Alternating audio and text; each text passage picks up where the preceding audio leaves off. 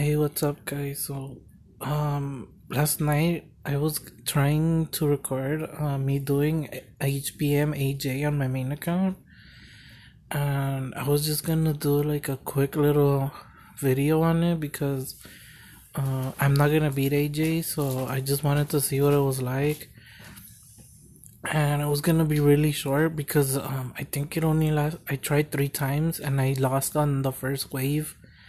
I beat the first wave each time, and then on the second wave, I just lost all of my buildings. It was pretty funny, so I just wanted to try that. And I forgot to turn the sound back on when I recorded the video this morning. So I'm super bummed out because it was a really long video. So I'm gonna either try and cut it down this time, or because I don't remember everything I talked about in the video. But I'm just gonna do the main thing, and if it gets too long, I'm just gonna pause it and do a 2-part and just upload both parts just so you can have if it does go up to 40 minutes again, you can have a 2-part video on it. But I'm also gonna try and do the Archdemon and the Lost Land thing. I don't think it's entertaining to watch because you either can beat it or you can't. So it's kind of really frustrating for players to play that game mode. And I think like if you have Lavanica, like if you're a casual pay-to-play or whatever, like I think because if you use, this is what I think, I'm not sure if it's been proven, but on my free-to-play account, both of my free-to-play accounts and my main account, I use Lavanica and I rarely face off against the Ferica teams. And then on my free-to-play accounts, I don't have Lavanica, and I very rarely face off against any Lavanica teams. If I do face off against the Lavanica, they're usually not very strong, and I can usually beat it. I think I've gone to hell each time on my free-to-play accounts. So I think the best strategy is to just, if you have Lavanica and Dove, to just use those 2 heroes and then just plow through it. And if not, then don't use Safarica, especially if you're casual pay to play. I think because IGG, like if you go into the screen right here, they make you choose your heroes first, and then the thing is generated. They make you choose your heroes first. Like if you come in here, they make you choose your heroes first. So based off the heroes you choose, I think that's how your matchup is like placed. So I think if you have Zafarica and you're not a big spender, I would just not use it, just so you don't get auto-generated a bunch of Zafarica teams. Especially, like I know Taz breakthrough 30'd his Zafarica, so he's just gonna face off against really tough Zafarica teams straight off the bat. So I just think it's not worth it to use it. But let's go on to like the topic of the video because it's already been 4 minutes and we're gonna be it's gonna be a super long video, I think. So I was watching Fang stream Guild Wars, and I was really like, I was joking, but I was also kind of like a little bit annoyed because his free to play account has like a bunch of breakthrough 10 heroes, and he has like a boogeyman, and I don't know what his Guild Wars offense team is like, but like the heroes he was using was really awkward. And he was like, I was telling him to use Triantar because he did fail one of the bases, and it was just really weird because he was also looking through each base, and as he was going through each base, he skipped a base that had like Minotaur, Triantar, like basically like Guild Wars offense team because he saw like a double evolved. I don't know what hero he saw, but he just saw double evolved hero and then he just skipped the base. And I was like, what? This base is so easy. Like, it's basically a free win. He had no defense whatsoever. But the thing that annoyed me was that he was saying that his Trientar was not even evolved or something, and that was the reason why he wasn't using it. But on my free to play account, this is my weakest account. The Dove Keeper on this account is Blade Dance 9, and I do not suggest, if you're like free to play, I don't suggest Blade Dance, because it's not, you need a lot of dodge to make it work, and I just don't think it's gonna be feasible for free to play. And the healing that it provides, 50% for 2 seconds, cooldown 2 seconds, like it's just not enough. And the firepower that stealth provides when it activates, and then survival, those things just as a primary talent, especially for free to play, I just don't think it's good. This Dove Keeper was the only Dove Keeper that failed the really tough Ripper base. This, not this past Guild War, but the one before it. The Revive 9 Ripper I didn't try in this account because I already know I wasn't gonna have enough time. Since on the other account I ran out of time with one level higher Doom Balloon, and this one's weaker and a lower skill level. So let's go back to this. The Trientar is not evolved, and the Serena on this account are not evolved, but their skills are at the right level. The skill 1 for Trientar and the max skill for Serena, because they're like, the skill that they provide is reviving like the hero, like the Alana Core for when you need the Alana Core, and Sasquatch. Sasquatch is stealth 9 and revitalize. He just comes in and he does a boatload of damage. On this past Guild Wars, I did 4 out of the top 5.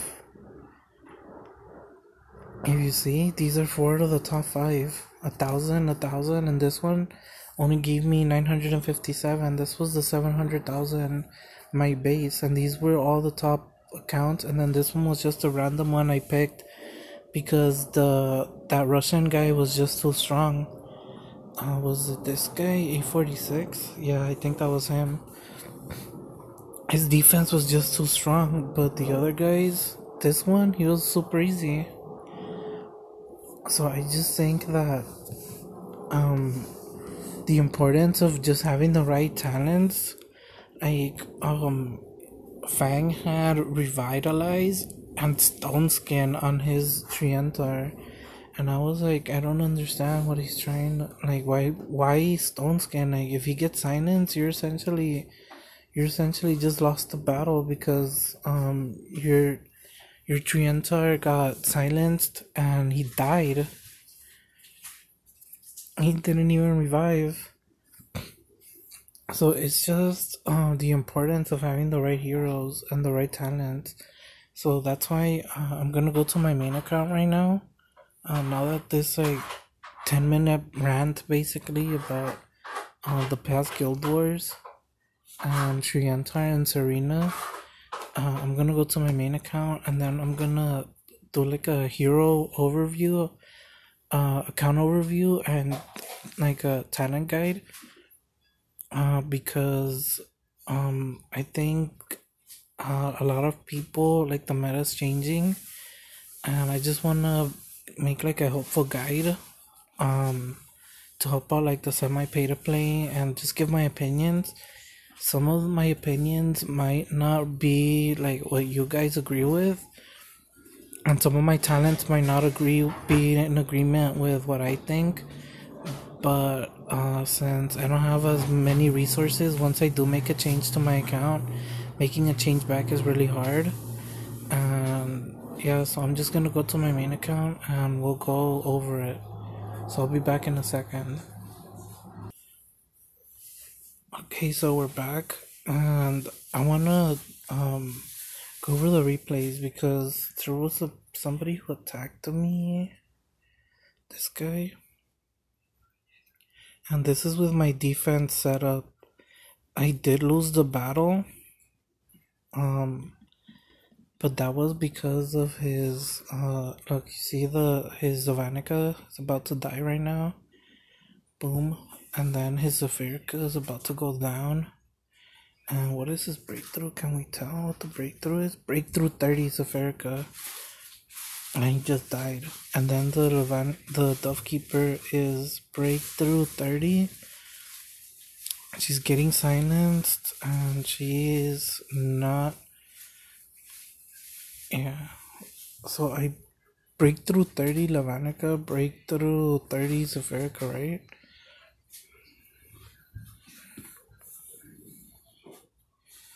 Yeah, there you go. You see the Lavanica's about to go down. And my boogeyman died. I wish he was a little bit stronger. If my boogeyman was a little bit stronger, I think we could have done some more damage to the Dove Keeper, possibly. And yeah.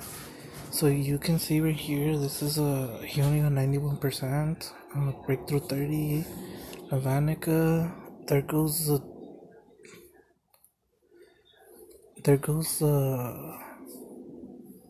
Oh, it was about to go down, so he ended the battle. And here's Taz attacking with his Zavanica. Breakthrough 20. There's the Dove Keeper. There's his Ronin.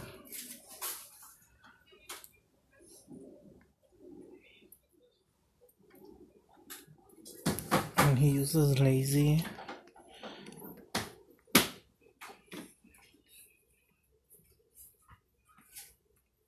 And is it about to go down? I'm not sure. But yeah, I don't know how to stop the dodge on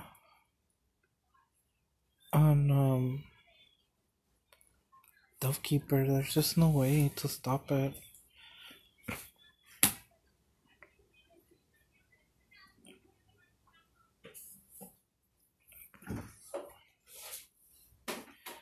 But the stealth on his Zafirka so annoying.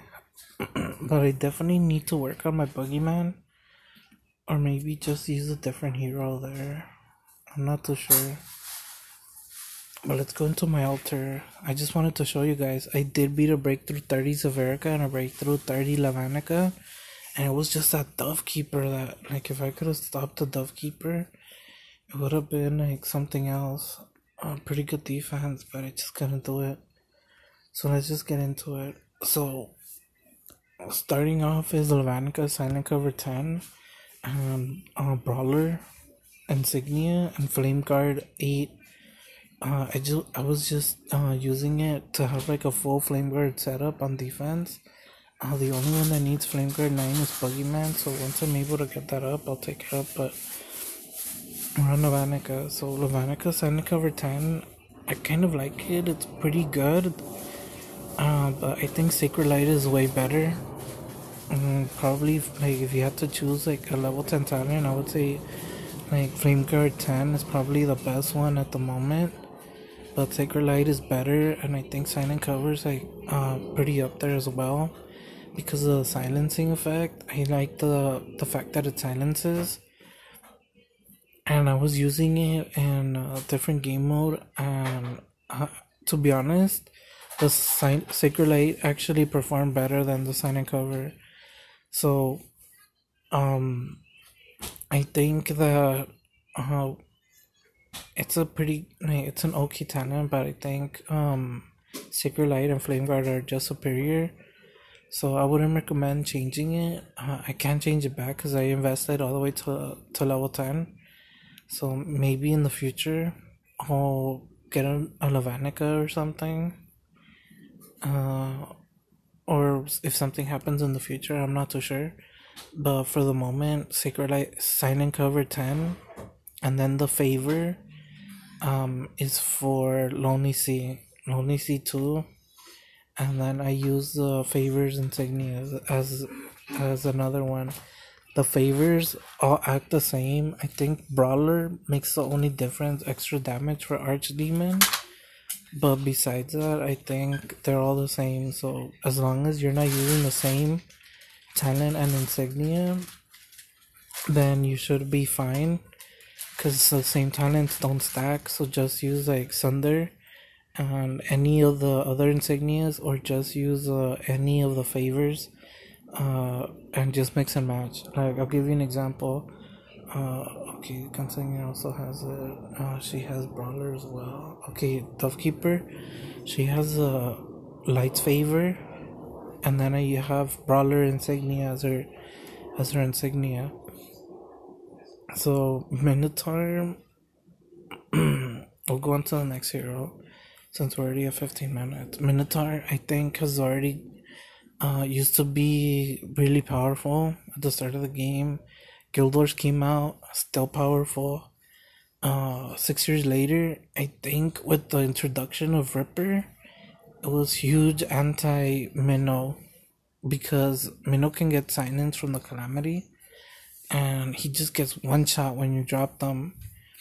And then bringing him back is just a lot of work to set him up. And then, unless you're like max breakthrough 30 and stuff, he doesn't take out all the buildings anymore. Like, if you have max skins, like my Minotaur isn't maxed out all the way to the top, and he doesn't have the attack traits, and just rolling for him, I'll be honest, I don't think it's worth it just to do all the work to set him up when there's easier ways to do it. Like, I'll be honest, I think Sasquatch is now better than Minotaur.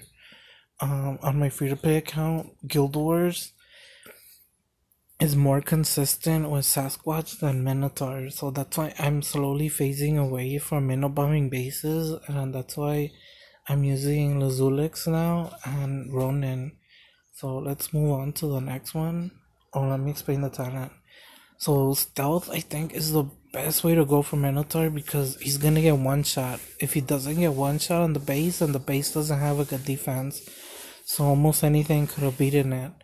So it's just the fact that you're using Minotaur and setting him up. He needs to die, and then you need to bring him back with a skill 1 through 3 Triantar, and at that point you could have just like saved gems to use a different strategy, like Lazulix, and then Ronin, Dove, Zafirka Bomb if you have Zafirka, and the old strategy of Revitalize Iron Well to get him to proc, and Anubis to clear the troops. That isn't gonna work, because like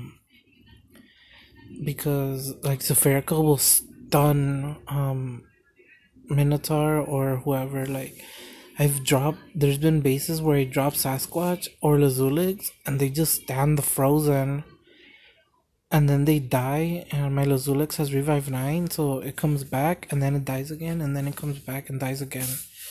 And that can be really frustrating, and then having to hit a building makes it even harder, especially now that people are redesigning their bases into a kind of like a layout where they are anti, like, giving you a clear path, so it's anti-minnow. So these bases in this past Guild Wars, I went up against 2 or 3 bases that were very hard to just set it up to minnow bomb it. So I just think that it's not worth the hassle to set up the Minotaur. So I'm gonna try and squeeze in another one, and then I'll end the video and then start the part 2 after this. Since we're gonna do like the top 320, my 3 breakthrough 20 team, and then we'll go for the rest of them. So Gunslinger, I took her up to 20 because she's the squishiest one of the 3, and an only C2. I don't want her to die, so that was kind of the reason why I took her up to breakthrough 20 and skill 13, just to give her the extra. I think it goes up by like 0.2 seconds on her skill, and she takes less damage from her skill. Let me go check it just to be 100% certain. But her talent, you could put, I think it's Stone Skin, Sacred Light, or Flame Guard, and since Flame Guard is a meta at the moment, it's just better to have.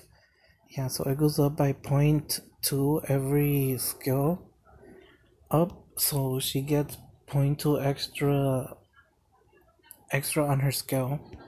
And her talent, Flame Guard for defense, because that's Flame Guard and Sacred Light for defense when I'm playing Waning Rift, and on base defense, she's very tanky. As you could see, my boogeyman died and she didn't die. Even though she's breakthrough 20, but you could tell the difference. When you're using Flame Guard and Sacred Light, she just becomes a very tanky hero. And the Sunder Talent and Sunder Insignia, whichever one you're not using for Lonely Sea, if you're in, I think, like different positions require different setups. So whatever setup that you're in, you just change it. And for AD, you use flavor talents, and then you go from there. So I think Flame Guard, since it's meta at the moment, I think it's the way to go. Once you're able to take them up to 10, if you're able to do that, I think it's the best option. And I took her up to 20 because of the heroes required for Lonely C2. I think she's super important, especially in Waning Rift, since if she dies, you have a lower DPS output, so it's just safer to have her choppers be alive. So I'm gonna end the video off here, and then I'm gonna start the part 2 and try to run through it as quickly as possible, and then go for AD and maybe do some Lost Land if you guys want to see that. So I'm gonna end it here. Peace out.